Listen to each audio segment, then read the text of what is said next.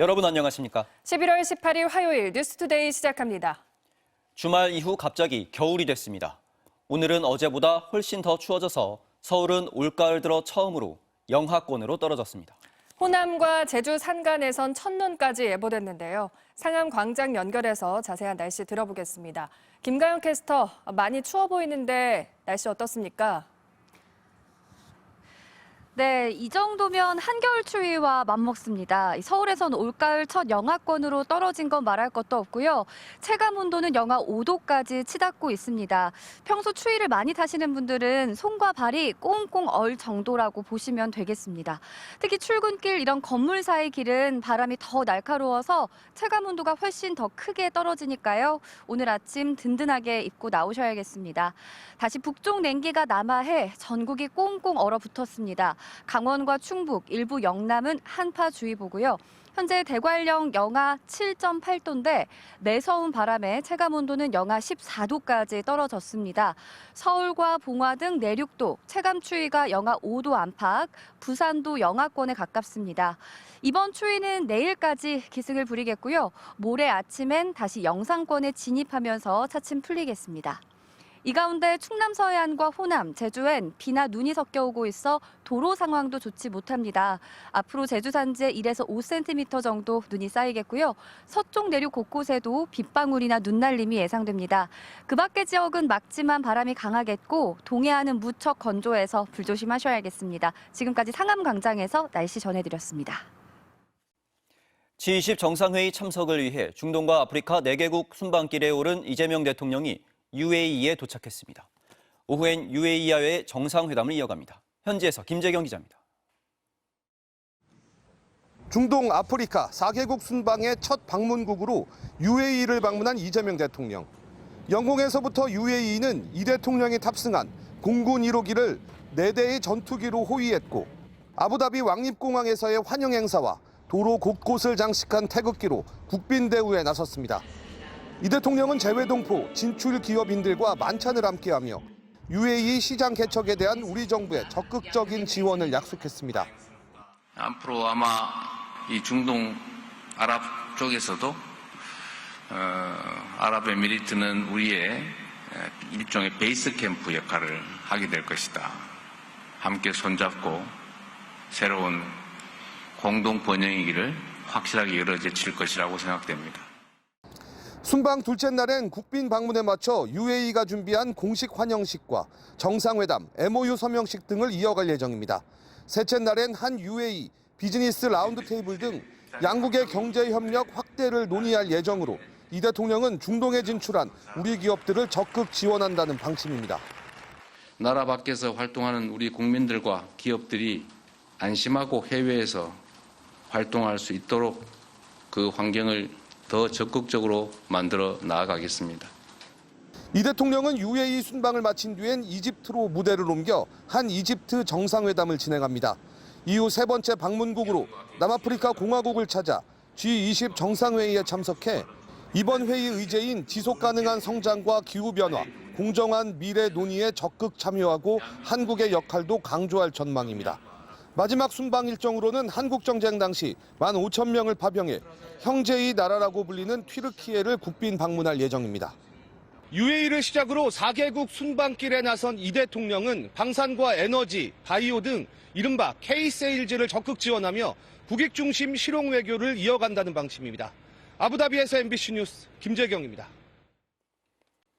12.3 비상계엄 선포를 앞두고 군 당국이 북한의 오물풍선 격추를 위해 대공포를 실전 배치하고 북한 지역 내 원점 타격 계획을 세운 사실이 확인됐습니다. 비상계엄 빌미를 만들기 위한 건데 이러한 시도는 다행히 상식에 벗어나는 일이라 이행하지 않았다는 합참의 반대로 무산됐습니다. 변윤재 기자입니다. 지난해 11월 17일 북한 김여정 부부장이 남측의 대북전단 살포를 맹렬히 비난하며 대가를 치르게 될 거라고 위협하고 나섰습니다. 곧 북한이 오물풍선을 내려보낼 걸로 예상되던 그날 밤, 육군 최전방 부대에 있던 대공포가 갑자기 전진 배치됩니다. 비상계엄 16일 전이었습니다. 다음 날 새벽 북한이 풍선을 살포하자 김용현 당시 국방부 장관은 합참 지휘 통제실을 찾았습니다. 그리곤 오물풍선을 타격하라고 지시했습니다. 육군 1군단과 3군단이 즉각 30mm 대공포인 비호 등의 발사각을 높여 고각 발사를 위한 조준에 들어간 걸로 파악됐습니다. 합참의 만류로 실제 발사하지는 않았습니다. 열흘 뒤인 11월 28일 북한이 다시 오물풍선을 내려보내자 김용현 전 장관은 또 한 번 합참에 격추를 지시했지만 이번에도 실행까진 가진 않았습니다. 앞서 합참이 작년 9월에 오물풍선을 띄우는 북한 내 원점을 타격하는 작전 계획도 마련했던 걸로 확인됐습니다. 역시 김용현 당시 장관의 지시였습니다. 김 장관이 이후 원점 타격을 계속 종용했는데 합참은 그때마다 NSC나 국회 보고 등의 절차를 핑계로 행동에 나서지 않았습니다. 합참이 따르지 않자 김 전 장관은 육사 후배인 이승호 당시 본부장을 따로 불러 원점 타격이 필요하다고 보고만 하면 직접 지휘권을 행사해 지상작전사령부에 지시하겠다고까지 압박한 걸로 조사됐습니다. 이승호 전 본부장은 상식에 벗어나는 일들을 시키려는 것 같아 이때부터 김 전 장관 지시에 반대하기로 했다고 특검에 진술했습니다. 군 통수권자인 윤석열 전 대통령의 뜻에 따라 김용현 전 장관이 오물풍선을 빌미로 북한에 대한 군사작전을 감행하려 했다는 게 특검팀의 결론입니다. 11월 28일 이후 북한은 오물풍선을 내려보내지 않았고 윤석열 전 대통령은 닷새 뒤 한밤중에 비상계엄을 선포했습니다. 특검팀은 국가안보를 책임지는 대통령과 국방장관이 비상계엄 여건 조성을 목적으로 남북 군사대치 상황을 이용해 국민 안전에 위험을 초래하려 했다고 공소장에 적시했습니다. MBC 뉴스 변윤재입니다. 대장동 항소 포기에 집단 반발한 검사장들을 평검사로 전보시키는 방안을 정부가 검토 중인 걸로 알려지며 검찰 내부가 다시 술렁이고 있습니다. 여권은 검찰의 선택적 항명에 대한 강한 조치를 요구하고 있는데 입장문을 냈던 검사장 중 한 명인 박재혁 검사장은 책임을 지겠다며 사의를 표명했습니다. 이혜리 기자입니다.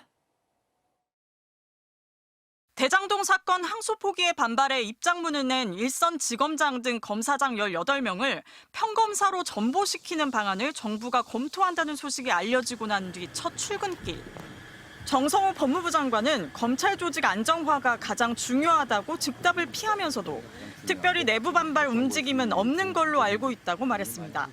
사실상 강등이라 내부 반발 우려도 있는데 이 부분은 특별히 그런 움직임은 저는 없는 걸로 알고 있고요. 입장문에 이름을 올린 지검장 중 가장 고참급인 박재혁 수원지검장이 사의를 표명했습니다.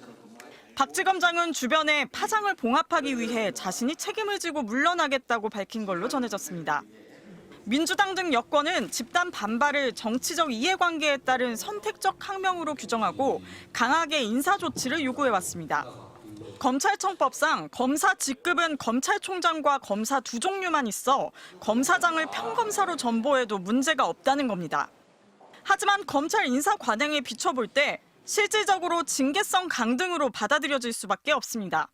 게다가 그동안의 공식 설명대로라면 법무부에서는 신중하게 검토하라는 의견만 냈고 검찰이 항소 포기를 결정한 건데 추가 설명을 요청한 내부의 비판과 반발을 항명이라고 규정하는 건 앞뒤가 맞지 않는다는 비판도 나옵니다.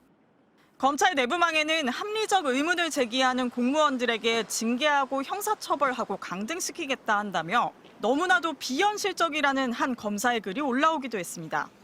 한 검사장은 항소 포기 과정에 대한 설명을 요청한 걸 항명이라며 징계한다면 반발은 훨씬 심해질 것이라고 말했습니다. 극심한 혼란 속에 정식 업무에 들어간 구자현 신임 검찰총장 직무대행은 정성호 법무부 장관과 면담했습니다. 검사장 평검사 전보에 관해서 의견 좀 전달하신 게 있을까요? 만나 뵙고 갑니다. 예.